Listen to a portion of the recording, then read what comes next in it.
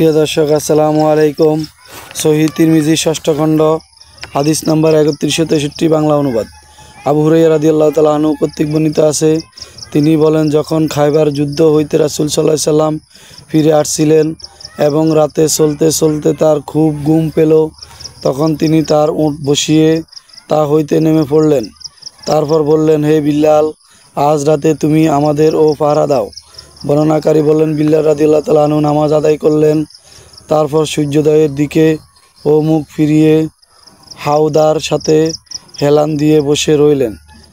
তার চোখে ও ঘুমের তীব্রতা ও বন্ধ হয়ে গেল। কেউ সকালবেলায় ঘুম থেকে উঠতে পারলেন না। সর্বপ্রথম নবী সাল্লাল্লাহু আলাইহি সাল্লাম জাগ্রত হইলেন। তিনি ডাকলেন, হে বিল্লাল।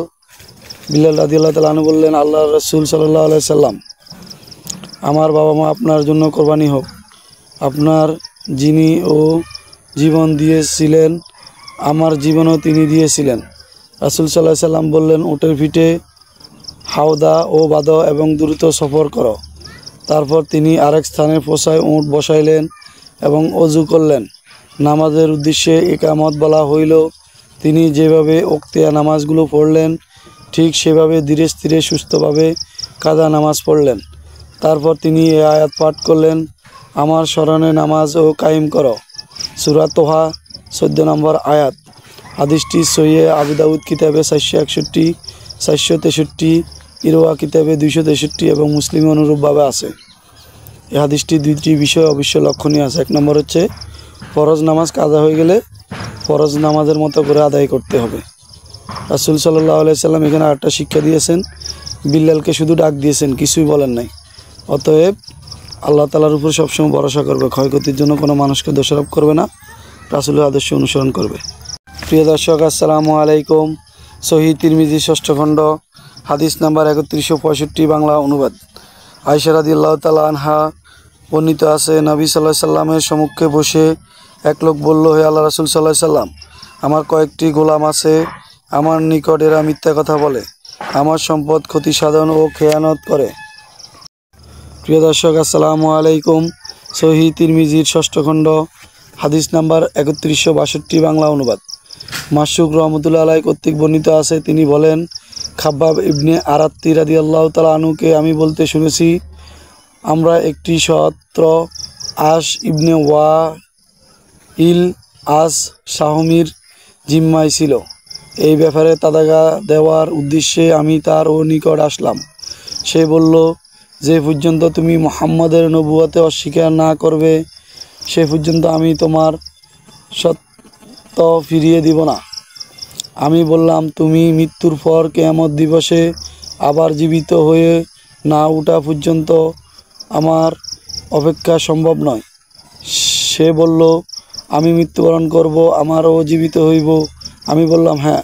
সে বলল, তাহলে তো আমার ও ধন সম্পদ সন্তান সন্ততি সেখানে থাকবে, আর সেখানে তোমার পাওনাটাও ফিরিয়ে দিব।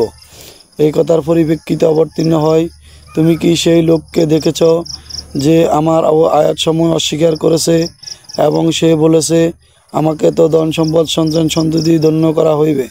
সূরা মরিয়ম ৭৭ নম্বর আয়াত। হাদিসটি সহিহ। বুখারীতে ৪৭32 নম্বর রয়েছে এবং মুসলিমে হাদিসটি রয়েছে। প্রিয় দর্শক, আসসালামু আলাইকুম। সহিহ তিরমিজি ষষ্ঠ খণ্ড হাদিস নাম্বার ৩১61 বাংলা অনুবাদ। আবু হুরায়রা রাদিয়াল্লাহু তাআলা আনহু কর্তৃক আছে, রাসূল সাল্লাল্লাহু আলাইহি সাল্লাম বলেছেন, কোনো বান্দাকে যখন আল্লাহ তাআলা ভালোবাসেন, তখন জিবরাইলকে ডেকে বলেন, আমি অমুক ব্যক্তিকে ভালোবাসি, অতএব তুমিও তাকে ভালোবাসো।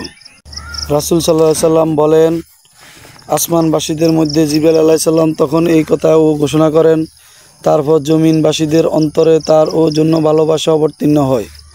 এটা আল্লাহ তাআলার মধ্যে ও ফুটে উঠেছে। যারা ঈমান আনয়ন করেছেন এবং উত্তম কার্য সম্পাদন করেছেন, খুব শীঘ্রই দয়াময় রহমান লোকদের অন্তরে তাদের প্রতি ভালোবাসার উদ্রেক করবেন। সূরা মরিয়ম ৯৬ নম্বর আয়াত। অপরদিকে যখন আল্লাহ তাআলা কাউকে ও ঘৃণা করেন, তখন জিবরাইলকে ডেকে বলেন, আমি অমুক ব্যক্তিকে ঘৃণা করি। জিবরাইল তখন আসমানবাসীদের মধ্যে এটা ঘোষণা করেন, তারপর জমিনবাসীদের মনেও তার জন্য ঘৃণা অবতীর্ণ হয়ে থাকে।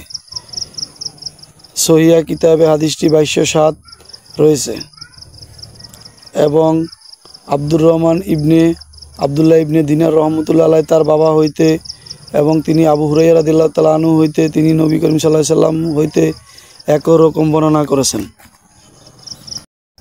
প্রিয় দর্শক, আসসালামু আলাইকুম। তিরমিজি ষষ্ঠ খণ্ড হাদিস নাম্বার ৩১৬০ বাংলা অনুবাদ। আবদুল্লাহ ইবনে মাসউদ রাদিয়াল্লাহু তাআলা আনহু কর্তৃক বর্ণিত আছে, আল্লাহ তাআলার বাণী, তোমাদের সকল তারই উপর দিয়ে পার হইতে হইবে। সূরা মরিয়ম ৭১ নম্বর আয়াত। প্রসঙ্গে তিনি বলেন, লোকেরা কিয়ামতের দিবসে তার ফুলসিরাতের উপর দিয়ে পার হইবে। তারা এটা পার হইবে নিজ নিজ ও কৃত্যকর্মের মোতাবেক বিভিন্ন গতিতে। হাদিসটি সহিহ, মাকুফ তবে এবং মারফুর মতে তার হুকুম। এবং মুহাম্মদ ইবনে বাশার ও আব্দুর রহমান ইবনে মাহদি হইতে শোবা রাদিয়াল্লাহু তাআলা আনহু তিনি সুদ্দি রহমতুল্লাহ আলাইহি হইতে একে বর্ণনা করেছেন। হাদিসটি আব্দুল্লাহ ইবনে মাসউদ রাদিয়াল্লাহু তাআলা আনহু বর্ণনা করেছেন।